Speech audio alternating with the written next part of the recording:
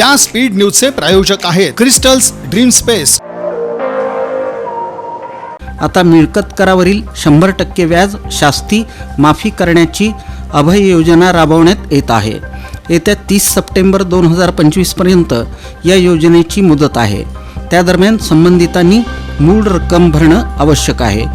त्याच मिळकतदारांना या योजनेचा लाभ घेता येऊ शकतो। अभय योजनेनंतरही मिळकत कराची थकबाकी न भरल्यास संबंधित थकबाकीदारांच्या मिळकती जप्ती, लिलाव आणि 7/12 बोजा चढवण्याची कारवाई हाती घेण्यात येणार आहे। आपली थकबाकी भरून या अभय योजनेचा लाभ घ्यावा आणि कटू कारवाई टाळावी असं आवाहन पालिका आयुक्त डॉक्टर सचिन ओंबासे यांनी केलं। सोलापूर महापालिकेच्या माध्यमातून विविध योजनांअंतर्गत मागील 2 वर्षात सोलापूर शहरात एकूण 198 रस्ते तयार करण्यात आले। शहरात गेल्या काही दिवसांपासून मोठ्या प्रमाणात पाऊस होत आहे। सततच्या पावसामुळे अनेक रस्ते खड्डेमय झाले आहेत। एकूण 198 रस्त्यांपैकी 72 रस्ते दुरुस्ती करण्यासंदर्भातील दोषदायित्व कालावधी बाकी आहे। या संबंधितांना रस्ते दुरुस्तीसाठी नोटीस दिली आहे। लवकरच या संदर्भात कार्यवाही करण्यात येणार आहे। ओल्या रस्त्यावर खड्डे बुजवणं अडचणीचं ठरतं। यामुळे नव्या तांत्रिक पद्धतीनं असे रस्तेही बुजवण्यात येणार आहेत। त्यासाठीचं आवश्यक साहित्य लवकरच उपलब्ध होणार आहे।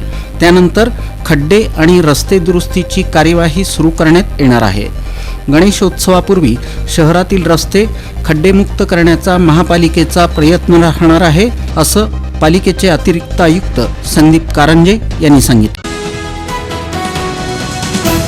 उजनी आणि वीर धरणाच्या पाणलोट क्षेत्रातील सततच्या पावसामुळे धरणाच्या पाणी पातळीमध्ये सातत्यानं वाढ होत आहे।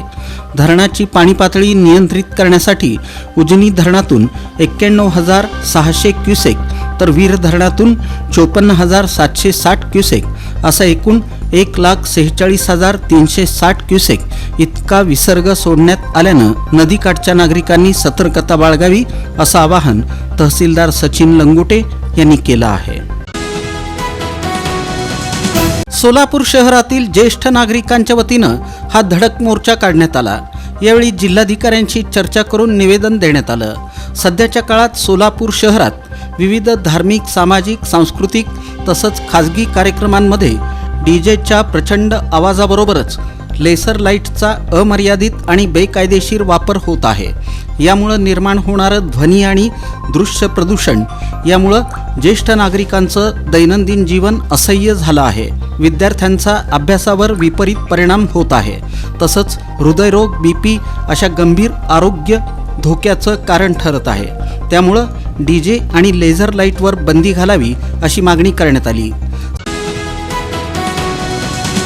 सोलापुरातील SS साबळे वीरशैव ट्रस्ट आणि बनशेट्टी अप्पा प्रतिष्ठानच्या वतीनं सालाबादप्रमाणे यंदाही कुंभारी येथील श्री नृसिंहानंद बहुउद्देशीय सांस्कृतिक मंडळाच्या वतीनं ब्रह्मलीन सद्गुरू नृसिंहानंद गज्जल महाराज यांच्या नेतृत्वाखाली सुमारे 800 ते 850 भाविक ग्रामदैवत सिद्धरामेश्वरांनी स्थापन केलेल्या 68 लिंगांची प्रदक्षिणा करतात। यामध्ये प्रामुख्यानं कुंभारी विडी घरकुल परिसरातील तेलुगू भाषिक भाविक असतात।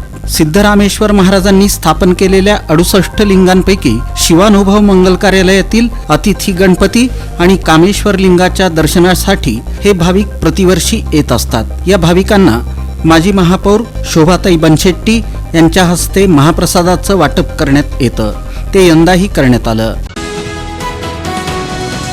धाराशिव जिल्ह्यातील धालोट या गावापासून उगम पावलेल्या आदिला नदीवर ब्रिटिशांनी हिप्परगा तलाव बांधला। त्याच हिप्परगा तलावातून 400 क्युसेक पाण्याचा विसर्ग आदिला नदीमध्ये येतो आहे। आदिला नदीपात्रात नदीच्या सीमेवर अतिक्रमण झाल्यानं नदीपात्राचा संकोच होऊन नदीपात्र अरुंद होऊन पाण्याचा प्रवाह वाढल्यानं शहरातील रहिवासी नगरांमध्ये लोकांच्या घरांमध्ये उंबरठ्यापर्यंत पाणी शिरून मानवी जीविताला धोका निर्माण झाला आहे। आदिला नदी काठावरील सार्वजनिक आणि पर्यावरणीय जागा, नैसर्गिक संसाधनांची जागा बेकायदेशीररित्या खाजगी उपयोगात आणली जात आहे। नदीचं प्रदूषण आणि मानवी हस्तक्षेपामुळे आदिला नदीच्या अस्तित्वाला धोका निर्माण झालेला आहे। त्यामुळे आदिला नदीचं संवर्धन आणि पुनरुज्जीवन करणं आवश्यक आहे. या स्पीड न्यूजचे प्रायोजक आहेत क्रिस्टल्स ड्रीम स्पेस. सर्व सुविधांनी युक्त शहरालगतचा अद्ययावत प्रकल्प, luxurious residential open plots, concrete road, पाण्याची सोय, स्ट्रीट लाईट अशा सुविधांसह मंदिर, योगा केंद्र, open gym, children park, open amphitheatre, निसर्गरम्य वातावरणात नवजीवन अनुभवण्यासाठी पुणे रोड बाळे इथल्या क्रिस्टल्स ड्रीम स्पेसला प्रत्यक्ष भेट द्या. ऑफिस क्रिस्टल डेव्हलपर्स, ICICI बँकेजवळ, पार्क चौक, सोलापूर. संपर्क 820 099 827 आणि 9145 509 509.